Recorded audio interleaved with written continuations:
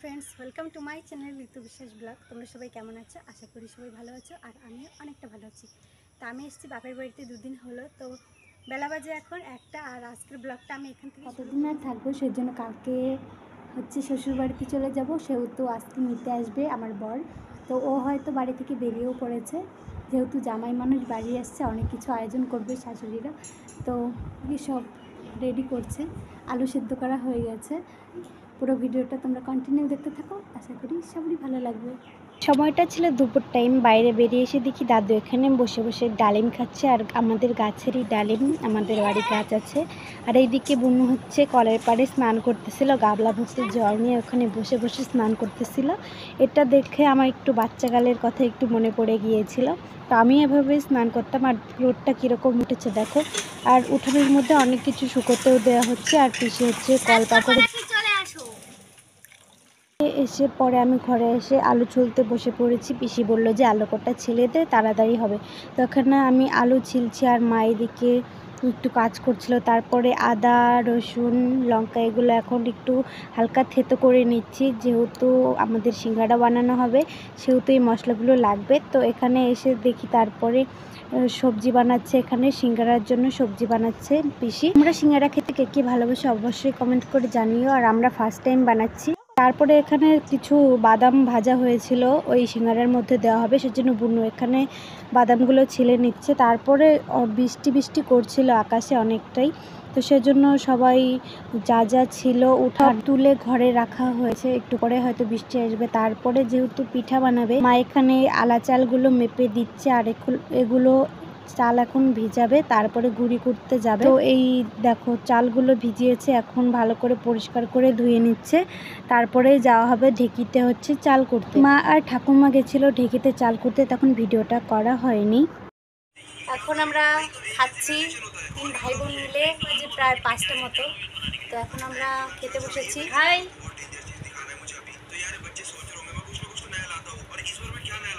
তো ওইদিকে ময়দা মাখছে পিসি, আর একটু পরে বানানো হবে সিঙ্গাড়া। তো দেখতে থাকো। আমরা দুপুরের ওইদিকে খাবার খাচ্ছিলাম, এই পাশে দেখি পিসির সবজি বানানো হয়ে গেছে, সিঙ্গাড়া বানানোর জন্য সবজি। তো তারপরে আমরা সোজা কাজে লেগে পড়েছি, আমি, পিসি, বুনু। তো এখানে আটা করা হয়েছিল, ওগুলো এখন বেলে বেলে সিঙ্গাড়া বানানো হচ্ছে। তো আমি বেলে দিচ্ছিলাম, আর পিসি এখানে সিঙ্গাড়াগুলো বানাচ্ছিল। দেখতে পাচ্ছ শেপ দেওয়া হয়ে গেছে, আর পাশে রাখা আছে সবজি। সাইজটা অনেক ছোটই করা হয়েছে, মিডিয়াম সাইজ, কিন্তু খেতে অনেকটাই ভালো হয়েছিল। যেহেতু আমরা ফার্স্ট টাইম বানাচ্ছি, সেই আঞ্জাতে অনেকটাই ভালো হয়েছিল, আমরা বানাতে পেরেছি। দেখতে পাচ্ছ প্রথমে লিচিটা কেটে গোল করে তারপরে বেলে নিয়েছি, এখন ছুরি দিয়ে মাঝখান থেকে কেটে নিলাম। তো এখন সে এইদিকে বানাচ্ছে, দেখতে পাচ্ছ প্রথমে হাতে মুড়িয়ে একটু জল লাগিয়ে তারপরে ঘুরিয়ে ঘুরিয়ে নিচ্ছে, তারপরে সবজি ভরে আবার একটু জল দিয়ে তারপরে চিপকিয়ে দিবে, মানে মুখটা লাগিয়ে দিবে, তাই হয়ে যাবে সিঙ্গাড়া। আর তেলে ভাজলেই খাওয়ার উপযুক্ত হয়ে যাবে। আধা খাওয়ার উপযুক্ত তো হয়েই গেছে, যেহেতু সবজিটা রান্না করা হয়ে গেছে, আর শুধু একটু তেলের মধ্যে ভাজলেই হয়ে যাবে আমাদের সিঙ্গাড়া। অনেকগুলো সিঙ্গাড়া বানানোও হয়ে গেছে, আর পাশে রেখে দেওয়া হয়েছে কুলোর মধ্যে।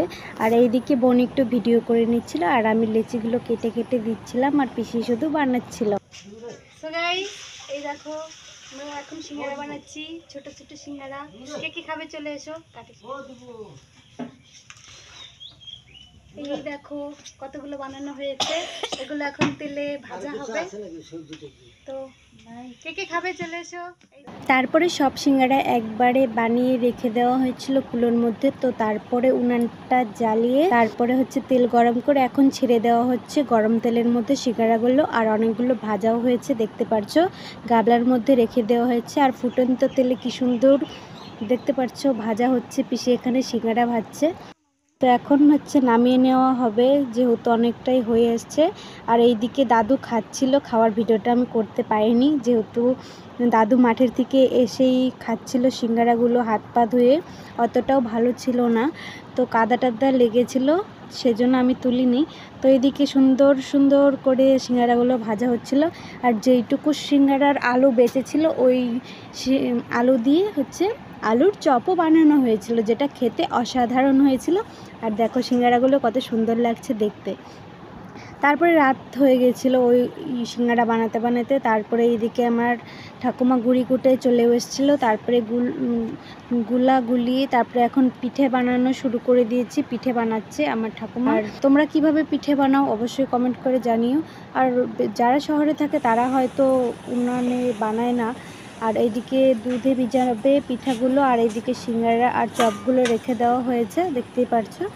আর সাদা পিঠা বানানো হচ্ছে, যেহেতু জামাই আসছে সেজন্য পিঠা বানাতে হয় নাকি। তো গামলার মধ্যে রেখেও দেওয়া হয়েছে পিঠা, দেখো কি সুন্দর হচ্ছে। আর ও আস্তে আস্তে প্রায় ওই 10:30 মতো বেজে গেছিলো, যেহেতু অনেকটা বৃষ্টি হচ্ছিল, রাস্তা অনেকক্ষণ দাঁড়িয়েছিল। পরে আর কারেন্টও ছিল না, প্রচুর বৃষ্টি হয়েছে, সেজন্য পরে আর ভিডিও করা হয়নি। এর মতো টাটা।